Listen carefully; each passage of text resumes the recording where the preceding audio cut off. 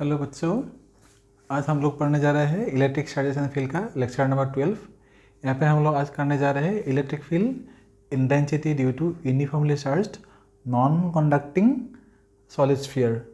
तो इसमें एक कॉन्सेप्चुअल पॉइंट मैंने लिखा है। देखो, सपोज हम लोग के पास एक नॉन कंडक्टिंग सॉलिड स्फीयर है।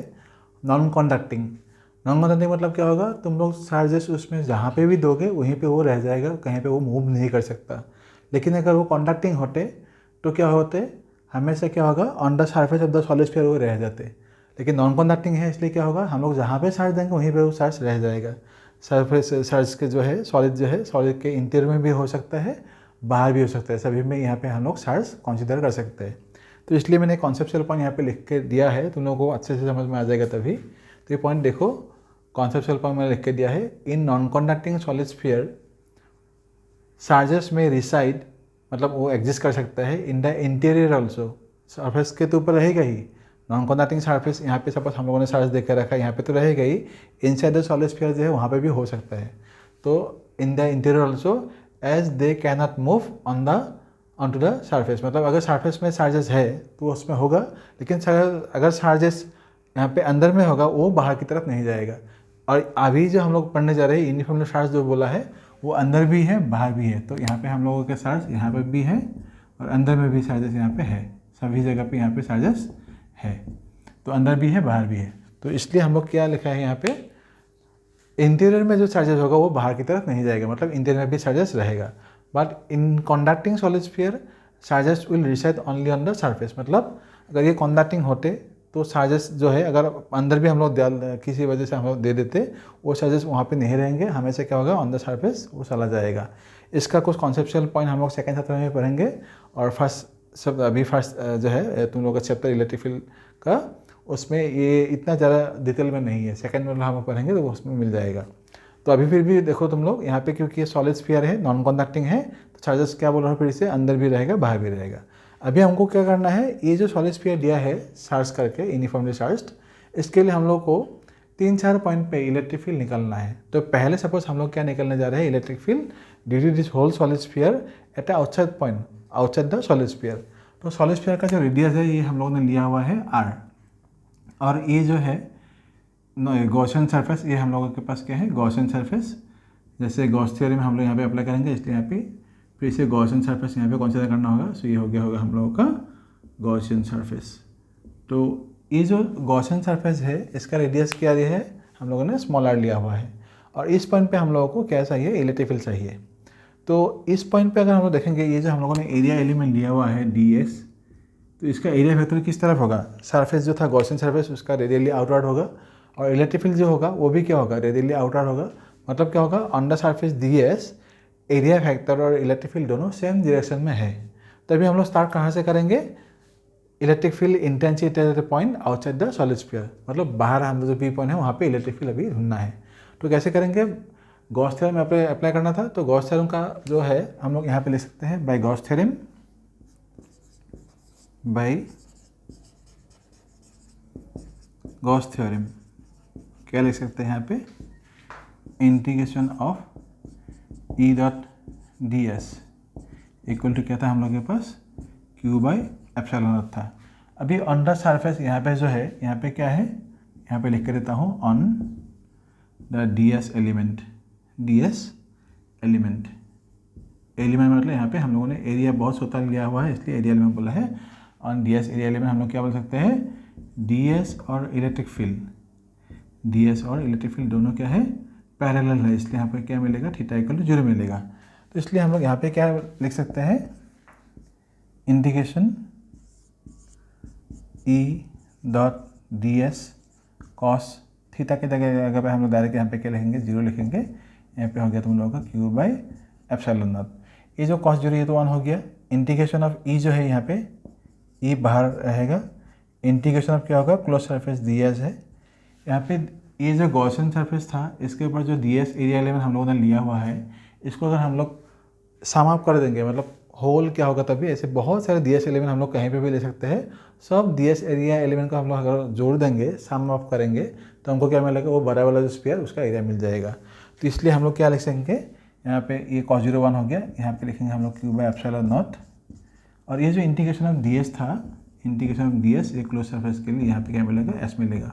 और गॉसियन सरफेस का रेडियस कितना लिया था, आर लिया था, इसलिए उसका सरफेस एरिया कितना आ जाएगा, स्फेरिकल सरफेस एरिया वो होगा 4πr²। तो यहाँ पे हम लोग क्या लिखेंगे, अभी यहाँ पे लिखेंगे ई इंटीग्रेशन ऑफ डी एस मतलब एस आएगा, यहाँ पे Q/ε लिखेंगे।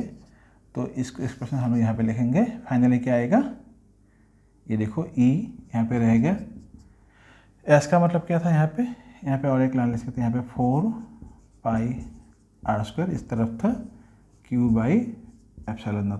तो इलेक्ट्रिक फील्ड फाइनली क्या आ गया, E = 1/4πε0 Q/r²। ये भी क्या हुआ, जैसे सिंगल चार्ज हम लोग कहीं पे लेते हैं, सपोज सिंगल चार्ज यहाँ पे हम लोग के पास है, उस सिंगल चार्ज के लिए इस पॉइंट पे जितना इलेक्ट्रिक फील्ड होगा, अब ये पूरा जो चार्ज यहाँ पे दिया है सॉलिड स्फीयर के ऊपर और ये अंदर भी है, तो ऊपर वाले जितने सारे हम लोग के पास अभी चार्ज है, सब चार्ज के लिए सपोज वो सब चार्ज मिलके सपोज यहाँ पे रखा हुआ है सेंटर पे, तो उसके लिए जब इलेक्ट्रिक फील्ड निकलेंगे वो क्या निकलेंगे, as a single charge consider करेंगे तो 1/4πε0 Q/r² रहेगा। तो यहाँ पे भी हम लोगों को वही फार्मूला मिला है, E = 1/4πε0 Q/r²। मतलब जितने सारे चार्जेज है वो एक्ट कर रहे हैं like a single charge as if they are centred at the centre. तो इसको तुम लोग पॉज करके लिखो, इसलिए जो दूसरा सेकेंड पॉइंट है इसका मैं वहाँ पे जा रहा हूँ।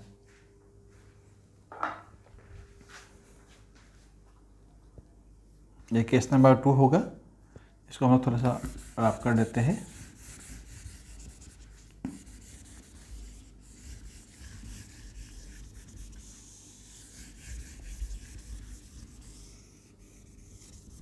अभी सेकंड केस में क्या होगा, देखो बच्चों, मैं सेकंड केस यहाँ पर दे देता हूँ। सपोज ये सेकंड पे जो है, सेकंड केस यहाँ पे मैं लिख के देता हूँ। सपोज केस नंबर ये हम लोग के पास है 2।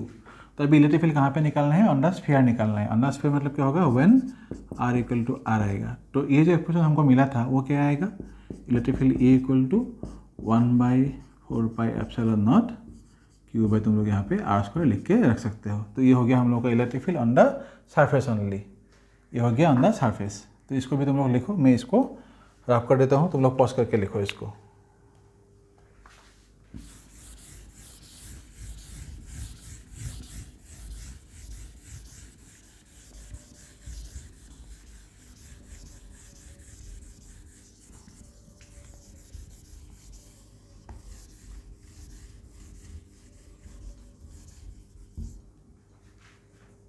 अभी हम लोग पढ़ने जा रहे हैं केस नंबर 3। ये हो गया केस नंबर 2, केस नंबर 3 करेंगे। केस नंबर 3 क्या होगा, इनसाइड लेना है, तो यहाँ पर लिख सकते हैं हम लोग electric field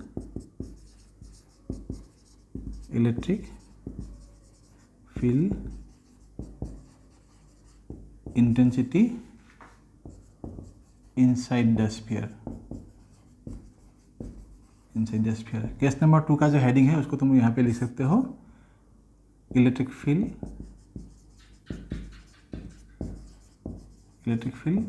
on the sphere. On the sphere मतलब क्या होगा, r = r आएगा। मतलब ये जो पॉइंट हम लोग यहाँ पे P लिया था, यहाँ पे ये इसमें आ जाएगा सेकंड केस के लिए।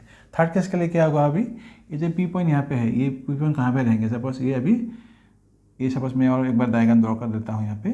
ये सपोज हम लोग के पास सॉलिड स्फीयर था, नॉन कंडक्टिंग, तो चार्जेस तो यहाँ पे भी था ही, यहाँ पे तो चार्जेस था ही हम लोग के पास, अभी यहाँ पे भी अंदर भी चार्जेस था। तो हम लोग सपोज यहाँ पे एक गॉसियन सरफेस ले लेते हैं। ये है हम लोग का गॉसियन सरफेस। इनिशियल जो पार्ट था वो रेडियस था ये कैपिटल R। अभी जो हम लोग गॉसियन सरफेस ले रहे हैं ये यहाँ पे स्मॉल r। यहाँ पे भी हम लोग के पास चार्जेस है, लेकिन इसमें चार्जेस कितना है वो हम लोग को निकालने के लिए क्या करना होगा, पहले इसको देखो। तो पूरा जो यहाँ पे था, पूरा चार्ज इसमें जब था वो क्या था, Q था। तो उसके लिए हम लोग क्या लिखेंगे, वॉल्यूम चार्ज डेंसिटी कितना था, थर्ड केस के लिए करेंगे। इनसाइड द स्फीयर मतलब क्या होगा, R जो है ये स्मॉलर देन R है, मतलब अंदर है भाई। तो क्या लिखेंगे, वॉल्यूम चार्ज डेंसिटी। और क्या आएगा, सपोज वॉल्यूम चार्ज डेंसिटी हम लोग रो लेते थे ना, तो ऐसे रो ले सकते थे। तो यहाँ पे क्या आएगा, चार्ज बाय वॉल्यूम। वॉल्यूम मतलब क्या था, इनिशियल जो हम लोग के पास ओरिजिनल जो चार्ज स्फीयर था वो, तो 4/3πr क्या था हम लोगों के पास, कैपिटल आर था ना, यहाँ पे कैपिटल आर लेना है r³। तो ये हो गया। तो अगर हम लोगों को ये वॉल्यूम चार्ज डेंसिटी मिलता है तो नया वाला जो हम लोगों को मिलेगा, अभी ये हम लोगों ने गॉसियन सरफेस जो लिया है इसमें कितना चार्ज है वो निकालना है। वो कैसे निकालेंगे, suppose charge inside the Gaussian surface लिखो, therefore charge inside the Gaussian surface, Gaussian surface कैसे निकालेंगे एक बार सोच के देखो, पॉज करके लिखो। अभी बच्चों क्या करेंगे, अभी यहाँ पे suppose charge inside the Gaussian surface निकालना है तो हम लोग क्या लिखेंगे, q dash equal to volume charge density, volume charge density into volume of Gaussian surface, volume of Gaussian surface लेंगे। तो अभी जो वॉल्यूम ऑफ गॉसियन सरफेस है इसको मैं डायग्राम को थोड़ा सा बड़ा करके देता हूँ, तुम लोग को समझाने में अच्छा रहेगा। तो हम लोग के पास स्फीयर था ये बड़ा वाला, तो अभी हम लोग यहाँ पे ले रहे हैं गॉसियन सरफेस, ये है हम लोग का गॉसियन सरफेस। तो रेडियस था इनिशियली बड़ा वाला r और यह है छोटा वाला स्मॉल r। अभी हम लोग को यहाँ पे निकालना है, तो यहाँ पे भी हम लोग एक पॉइंट ले लेते हैं, यहाँ पे चार्जेस तो यहाँ पे भी रहेगा, ये सेंटर है तो यहाँ पे भी चार्जेस हम लोग के पास था। तो इलेक्ट्रिक फील्ड यहाँ पे निकालना है, यहाँ पे भी हम लोग क्या करेंगे, छोटा सा एरिया एलिमेंट लेंगे, ऐसे ds जैसा पहले जैसे ले लेते हैं। इसमें भी क्या होगा, इलेक्ट्रिक फील्ड बाहर की तरफ ऐसे होगा E, और एरिया एलिमेंट जो था वो भी क्या होगा, बाहर की तरफ ऐसे होगा।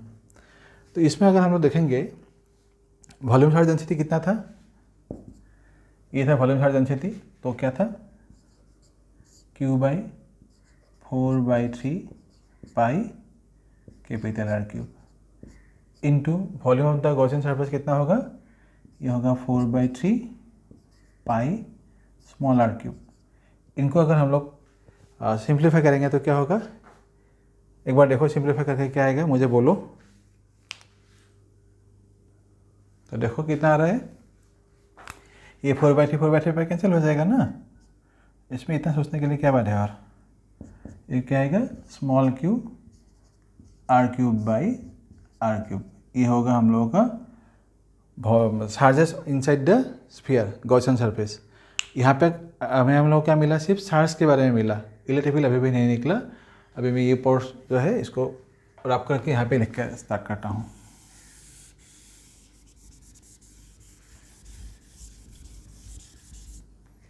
तुम लोग एक काम करो, ऊपर वाला यहाँ तक लिख लो, मैं यहाँ से यहाँ तक लिखता हूँ।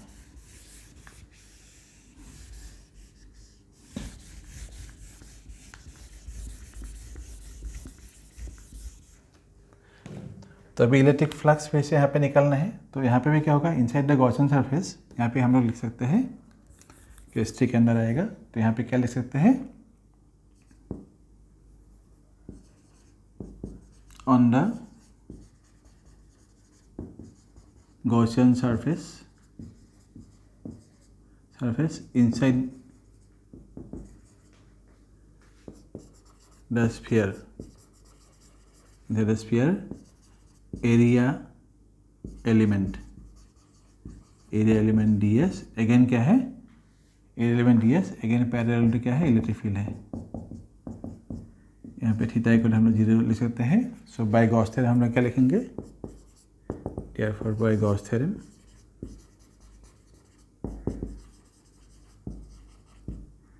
इलेक्ट्रिक फ्लक्स कितना था, E dot ds equal to Q/ε था। यहाँ पे हम लोग Q' लेंगे क्योंकि यहाँ पे हम लोगों के पास Q' ये है। तो फिर से क्या करेंगे, integration of E ds cos 0 equal to Q' मतलब क्या था, Q small r³ by capital R³ और इनसे यहाँ पे एप्सिलॉन था। और इस पोर्शन में हम लोग क्या लेंगे, इसको मैं फिर से थोड़ा सा रब कर देता हूँ।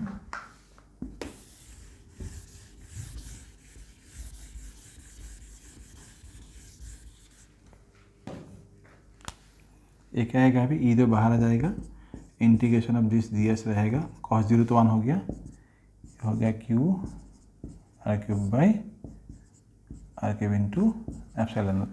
अभी इंटीग्रेशन ऑफ ds मतलब क्या है, जो गॉसियन सरफेस था उसका हम लोगों को एरिया निकालना है। तो e into 4 small r square रहेगा और यहाँ पे क्या आएगा q r cube by r cube into epsilon naught. Therefore electric field कितना आएगा बच्चों, ई, ये नीचे जाएगा तो क्या आएगा, ये यहाँ पे है 1/4 एप्सिलॉन नॉट, ये है ऐसे, यहाँ पे 4 आर स्क्वायर था ना, 4 आर स्क्वायर, यहाँ पे क्या था आर क्यूब, यहाँ पे है एप्सिलॉन नॉट। यहाँ पे एक एक आर कैंसिल हो जाएगा तो ई और यहाँ पे रह जाएगा। तो कितना रहेगा finally, electric field e equal to 1/4 epsilon naught, ऊपर है क्यू इंटू आर और नीचे कितना है आर क्यूब।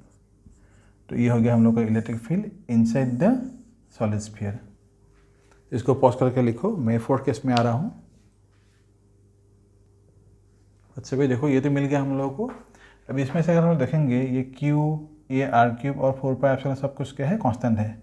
तो हम लोग क्या लिख सकते हैं इसे यहाँ पे, e is directly proportional to the smaller, मतलब गॉसियन सरफेस जितना बड़ा होगा हम लोगों को लगे इलेक्ट्रिक फील्ड भी कितना होगा, क्या होगा, वो बड़ा होता जाएगा।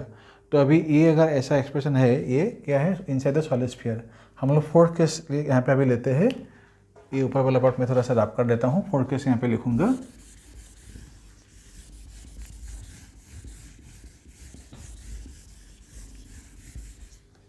फोर्थ केस देखो यहाँ पे case 4, eight the centre suppose अभी हम लोग को इलेक्ट्रिक फील्ड चाहिए, eight the centre electric field यहाँ पे हम लोगों को चाहिए। तो एट द सेंटर क्या होगा, इलेक्ट्रिक फील्ड अगर निकालना है, इस एक्सप्रेशन हम लोग देखेंगे यहाँ पे क्या होगा, एट द सेंटर तो क्या होगा, रेडियस तो 0 हो जाएगा ना। तो इसलिए अगर इस एक्सप्रेशन में हम लोग ये पुट करेंगे, इलेक्ट्रिक फील्ड का एक्सप्रेशन पुट करेंगे तो क्या आएगा, 1/4 एप्सिलॉन नॉट, क्यू है ये, R2 हो गया 0 और नीचे क्या है आर क्यूब है। तो फाइनली क्या होगा, इलेक्ट्रिक फील्ड 0 है, मतलब क्या होगा, eight the centre electric field क्या होगा, 0 होगा। तुम लोग लिख सकते हो eight the centre of the solid sphere electric field is 0, electric field is 0। तो ये हो गया हम लोगों का ये केस। तो ये हो गया ख़त्म। अभी हम लोग कूलम्ब्स लॉ की बहुत एक इंपॉर्टेंट कॉन्सेप्चुअल न्यूमेरिकल है, उसको थोड़ा सा डिस्कस कर लेते हैं। ये बच्चों देखो, ये बहुत इंपॉर्टेंट न्यूमेरिकल है। हम लोगों को क्या दिया है, find electric flux for the following using Gauss law. मैंने क्या बोला था, कूलम्ब्स लॉ नहीं है, गॉस लॉ के ऊपर न्यूमेरिकल था। तो ये हम लोगों ने एक चार्ज यहाँ पे लिया है, ये है वर्टेक्स। इस वर्टेक्स में जो है यहाँ पे चार्ज ऐसे एक वर्टेक्स में लिया हुआ है इस क्यूब में। तो बच्चों देखो, हमको अभी इलेक्ट्रिक फ्लक्स निकालना है, सपोज थ्रू 1 क्यूब। अगर ऐसे देखना है तो पहले हम लोग क्या करना होगा, गॉस लॉ अगर यहाँ पे अप्लाई करना है तो गॉस थ्योरम अप्लाई करने के बाद अगर इलेक्ट्रिक फ्लक्स निकालना है तो पहले हमको क्या करना है, ये चार्ज को फुल्ली एनक्लोज करना है। एनक्लोज मतलब कवर करना है। कैसे कवर करेंगे कि और कितना क्यूब चाहिए इसको कवर करने के लिए। तो पहले देखो, ये जो चार्ज दिया है, इस चार्ज को जब यहाँ पे वर्टेक्स में रखा गया था, तो ये जो वर्टेक्स है, ये वर्टेक्स कैसे फॉर्म हुआ है, तो तुम लोग देखो अच्छे से। ये जो सरफेस है, ये वाला सरफेस, ये जो साइड वाला सरफेस, ये टॉप सरफेस और इसके पीछे जो सरफेस है, ये पीछे जो सरफेस है, ये तीनों सरफेस का जो इंटरसेक्शन है, वो इंटरसेक्शन मतलब उस तीनों जब यहाँ पे इंटरसेक्ट हुआ होने के बाद ये वर्टेक्स हमको मिला। मतलब क्या हो सकता है, इस चार्ज में से जितने सारे इलेक्ट्रिक फील्ड लाइन निकलेंगे वो सभी इलेक्ट्रिक फील्ड लाइन इस सरफेस का पैरेलल होगा, इस सरफेस का भी पैरेलल होगा, और पीछे जो सरफेस था इसके साथ भी अटैच हुआ है पीछे, उसमें भी क्या होगा, इलेक्ट्रिक फील्ड 3 सरफेस से नहीं जाएगा, क्योंकि उसमें से वो पैरेलल होकर पास हो जाएगा। तो बाकी कितने सरफेस में जाएगा, मतलब 3 सरफेस से जाएगा। वो तो हमको पता चल गया। अभी इसको कवर करने के लिए कितना हम लोगों को क्यूब चाहिए होगा, उसको देखो। तो ये हम लोगों का गिवन क्यूब था, ये था क्यूब नंबर 1, ये दिया था। इसमें हम लोगों ने ये जो चार्ज था, चार्ज को ऐसे रखा था। जब चार्ज को ऐसे रखा था, चार्ज को हम लोग स्फेरिकल अगर हम लोग समझ लेते हैं, तो चार्ज जब यहाँ पे रखे थे हम लोग क्या था, एक पार्ट सपोज हेमिस्फीयर का चार्ज का नीचे वाला पार्ट है और एक क्या है ऊपर वाले पार्ट में है। चार्ज का जो हेमिस्फीयर हम लोग बोलेंगे ना, चार्ज पूरा अगर स्फीयर है उसका हेमिस्फीयर मतलब क्या होगा, आधा स्फीयर क्या होगा, इस क्यूब के साथ नीचे होगा और आधा स्फीयर क्या होगा, ऊपर की तरफ होगा ऐसे। तो नीचे वाले पार्ट को जब हम लोग कवर करने जाएंगे तो क्या होगा, देखो पहला क्यूब तो मिल गया ये 1, सेकेंड क्यूब जो है ये 2, हेमिस्फीयर का ये आधा पार्ट आ गया। मतलब अगर ये हेमिस्फीयर हम लोग के पास है नीचे वाला पार्ट, तो इसमें हम लोग क्या मिलेंगे, जो फ्रंट में वाला जो पार्ट है इसमें ये वाला पार्ट जो है, इसमें ये वाला जो हिस्सा है फ्रंट का, ये पार्ट हम लोग को मिल गया, ये एक क्यूब से और एक दूसरा क्यूब से कवर हो गया। पीछे भी तो ये हेमिस्फीयर का एक पार्ट है ना, पीछे वाला पार्ट भी क्या होगा, कवर करने के लिए हमको और 2 क्यूब यहाँ पे चाहिए। मतलब यहाँ पे क्या कितना क्यूब था, 1 2, ये सपोज थर्ड क्यूब, ये है फोर्थ क्यूब। अभी इसी साइड को कवर करने के लिए हम लोग क्या चाहिए, और जो ऊपर वाला पार्ट है उसको कवर करने फिर से, और हम लोग को ऐसे हेमिस्फीयर है ना, फिर से ऐसे नीचे अगर 4 क्यूब होगा, ऊपर भी क्या होगा, 4 क्यूब चाहिए होगा। तो इसलिए यहाँ पे टोटल जो हम लोगों को चाहिए होगा, कितना क्यूब चाहिए होगा, 8 क्यूब चाहिए होगा। तो इसलिए हम लोग यहाँ पे लिख सकते हैं 8 क्यूब यहाँ पे चाहिए होगा। तो हम लोग क्या लिख सकते हैं यहाँ पे, जो यहाँ पे इलेक्ट्रिक फ्लक्स हमको मिलेंगे, तो क्या लिख सकते हैं, the flux obtained from, total कितना क्यूब मिला हम लोग को, 8 क्यूब मिला इसको कवर करने के लिए। तो क्या लिखेंगे, the flux obtained from 8 cubes, 8 cubes. और 8 क्यूब्स में से कितने सरफेस से, मैंने 1 क्यूब से अगर हम लोग देखेंगे कितने क्यूब मैंने सरफेस से ये जा रहा था, इलेक्ट्रिक फील्ड पास हो रहा था, 3 फेज से, 3 फेज से पास नहीं हो रहा था। इसलिए हम लोग यहाँ पे क्या ले सकते हैं, अगर 1 क्यूब से 3 फेसेस से इलेक्ट्रिक फील्ड पास हो रहा है, तो 8 क्यूब में से कितने फेसेस में से जाएगा, 24 होगा। तो इसमें हम लोग क्या लिखेंगे, इसलिए 8 क्यूब्स मतलब क्या होगा, 3 faces from 8 cubes, 3 faces from 8 cubes, मतलब 3 faces from each cube, each cube.